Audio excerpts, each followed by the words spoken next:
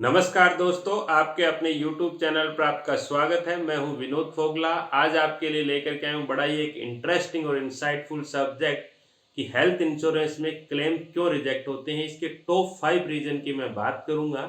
और उस बात करने से पहले आपको ये बता दूं कि पॉलिसी बाजार ने अप्रैल 2023 से लेकर के सितंबर 2023 के बीच में करीबन 2 लाख क्लेम आए और उनमें से 30,000 क्लेम रिजेक्ट हो गए। यानी 15% क्लेम रिजेक्ट हो गए। 100 में से 15 आदमियों को क्लेम नहीं मिला। तो बड़ा ही अलार्मिंग सिचुएशन है। तो उनके टॉप 5 रीजन क्या रहे जिनकी वजह से क्लेम नहीं मिला और उनके सॉल्यूशन की भी मैं बात करने वाला हूं कि क्या है। तो सबसे पहला रीजन है नॉन डिस्क्लोजर। यानी 25% क्लेम ऐसे हैं जो कि नॉन डिस्क्लोजर की वजह से रिजेक्ट हो गए। इसका मतलब ये हुआ कि जितने भी क्लेम आए उनमें से हर चौथा क्लेम नॉन डिस्क्लोजर की वजह से रिजेक्ट हुआ। अब नॉन डिस्क्लोजर क्या चीज होती है कि जब भी अपने फ्रेश इंश्योरेंस पॉलिसी परचेज करते हैं तो एक प्रपोजल फॉर्म भरा जाता है। उस प्रपोजल फॉर्म में सारी चीजें पूछी जाती है कि आपकी हाइट कितनी है, वेट कितना है, स्मोकिंग करते हैं क्या, एल्कोहल करते हैं क्या, किसी चीज की दवाई लेते हैं क्या, कोई लक्षण है क्या, ये सब चीजें उनसे पूछी जाती है। अब होता क्या है कि कई बार पॉलिसी होल्डर पॉलिसी लेते समय या तो इन बातों को बताना भूल जाते हैं या बताना जरूरी नहीं समझते या ओवरलुक कर जाते हैं। कई बार इंश्योरेंस एडवाइजर या ऑनलाइन पोर्टल पे भी ये चीजें रह जाती हैं। तो इसमें क्या है कि आपको क्या करना चाहिए कि प्रपोजल फॉर्म भरते समय आपको हर चीज सावधानी से डालना है, चाहे आप ऑनलाइन पॉलिसी ले रहे हो चाहे आप किसी इंश्योरेंस एडवाइजर्स के साथ ले रहे हो।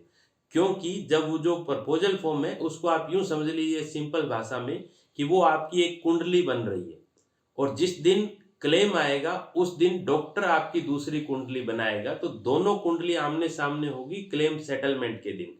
दोनों अगर आपस में मैच करेंगी तो ही क्लेम सेटलमेंट होगा। जैसे कि आज आपने पॉलिसी ली और अगर किसी को ब्लड प्रेशर की दवाई ले रहे हैं और उन्होंने नहीं बताया, 6 महीने बाद नाकरनैन अगर कोई क्लेम आ गया और डॉक्टर ने लिखा कि इनको ब्लड प्रेशर पहले से है, तो वो क्लेम नहीं मिलने वाला क्योंकि दोनों कुंडलियां मैच नहीं कर रही। क्योंकि प्रपोजल फॉर्म में तो ब्लड प्रेशर मेंशन नहीं है जबकि डॉक्टर ने मेंशन किया है, दोनों में मिसमैच है तो आपका क्लेम रिजेक्ट हो जाता है। तो हर 100 में से 25% क्लेम, हर 4 में से एक आदमी का क्लेम केवल नॉन डिस्क्लोजर की वजह से है। और इसका पॉसिबल सॉल्यूशन है कि आप प्रपोजल फॉर्म में हर चीज बड़ी बारीकी से डालिए। दूसरा रीजन है क्लेम आउटसाइड कवरेज। इसमें भी 25% क्लेम रिजेक्ट हो जाते हैं। हर चौथा क्लेम इस वजह से रिजेक्ट हो रहा है।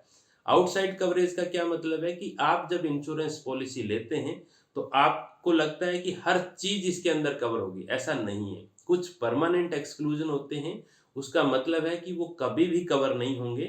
तो जैसे कि HIV पॉजिटिव है, दिल में छेद है, बाय बर्थ कोई डिजीज है, 2 अंगूठे हैं उनका ऑपरेशन करवाना, इस तरीके की परमानेंट एक्सक्लूजन होते हैं जो कभी भी किसी भी इंश्योरेंस पॉलिसी में कवर नहीं होते।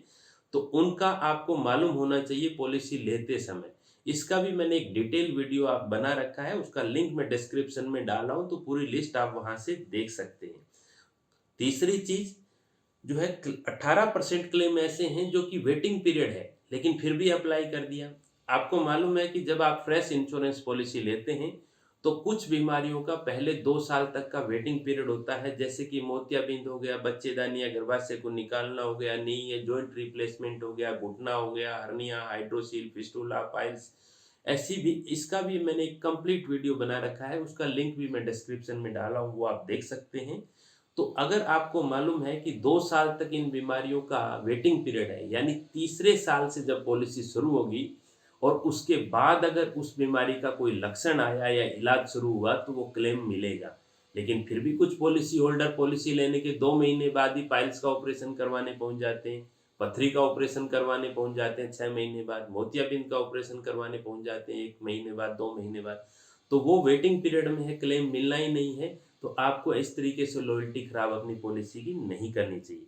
चौथा वजह है, 16% क्लेम इसलिए रिजेक्ट होते हैं कि इंश्योरेंस कंपनी ने कोई क्वेरी जनरेट किया, उसका जवाब ही नहीं दिया। इसमें क्या होता है, उसमें 2 तरीके के एक्सपीरियंस होते हैं। फर्ज कीजिए इंश्योरेंस कंपनी ने पूछा कि ये ब्लड प्रेशर कब से है, तो पार्टी कई बार डिसअपॉइंटेड हो जाती है, डॉक्टर से ट्रीटिंग डॉक्टर से ला के पूछ करके डॉक्टर को जवाब भी नहीं देती है, इंश्योरेंस कंपनी को जवाब भी नहीं देती है। कई बार डॉक्टर कोऑपरेट नहीं करते हैं, वो भी नहीं बताते हैं। कई बार एक और भी वजह होती है कि छोटा क्लेम होता है तो पॉलिसी होल्डर डिसअपॉइंट होकर उसको गिव अप कर देता है। ऐसा नहीं करना चाहिए, ट्रीटिंग डॉक्टर से बात करनी चाहिए और एक लेटर बना के देने से क्लेम सेटलमेंट हो भी जाता है। 5% क्लेम ऐसे हैं जो कि अनजस्टिफाइड हैं, हॉस्पिटलाइजेशन होना, यानी हॉस्पिटल में हॉस्पिटलाइज करने की, भर्ती करने की जरूरत नहीं थी, फिर भी डॉक्टर ने उनको भर्ती कर दिया। 100 में से 5 आदमियों के साथ ऐसा भी होता है। उसकी क्या वजह होती है? उसमें मेरा ऑब्जर्वेशन और एक्सपीरियंस ये कहता है कि 100 में से 5 आदमियों का क्लेम क्यों वजह रिजेक्ट होता है, क्योंकि वो सामने से ही डॉक्टर को जाकर के बोल देते हैं कि मेरे पास पॉलिसी है, आप मुझे एडमिशन कर लीजिए। कई बार डॉक्टर भी उनको प्रोवोक कर देते हैं।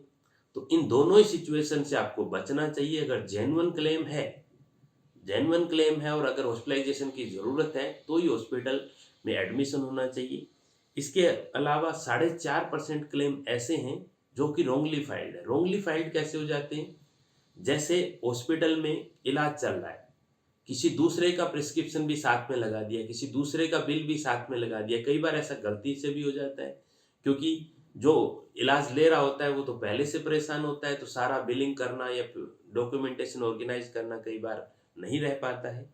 इसके अलावा 2% क्लेम ऐसे हैं जो कि लिमिट एग्जॉस्ट हो जाती है। जैसे फर्ज करो आपके पास 10 लाख रुपए का हेल्थ इंश्योरेंस है, 10 लाख रुपए का क्लेम आपने ले भी लिया पॉलिसी होल्डर ने, उसके बावजूद भी क्लेम और अप्लाई कर रहे हैं तो लिमिट एग्जॉस्ट हो गई। फिर भी ऐसा आमतौर पर कब होता है? जैसे किडनी का डायलिसिस चलता है तो मल्टीपल क्लेम आते हैं, कैंसर के इलाज में कीमोथेरेपी के मल्टीपल क्लेम आते हैं। तो पार्टी तो पहले ही एक डिफरेंट फेज में चल रही होती है, पॉलिसी होल्डर तो डिफरेंट फेज में चल रहा होता है, परेशानी में चल रहा होता है। उस टाइम उनको नहीं ध्यान रहता कि लिमिट खत्म हो गई या नहीं हुई। यहाँ पर रोल है इंश्योरेंस एडवाइजर का कि इंश्योरेंस एडवाइजर को ये सारे डेटा जो है मेंटेन रखना चाहिए, रिकॉर्ड कीपिंग रखना चाहिए, जिससे वो पॉलिसी होल्डर को टाइम टू टाइम एजुकेट कर सके। ये मैंने टॉप 5 वजह बताई जिनकी वजह से क्लेम रिजेक्ट होते हैं। इनका पॉसिबल सॉल्यूशन भी मैंने आपको बताया।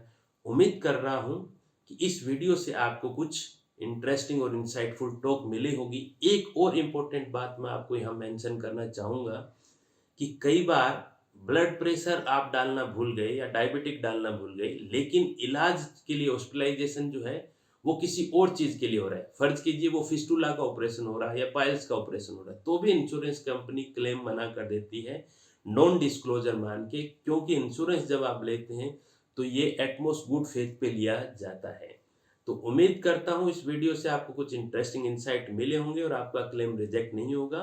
अगर अभी तक आपने मेरे YouTube चैनल को सब्सक्राइब नहीं किया है तो सब्सक्राइब कर लें इसी तरीके के इंसाइटफुल टॉक्स के लिए। Thank you.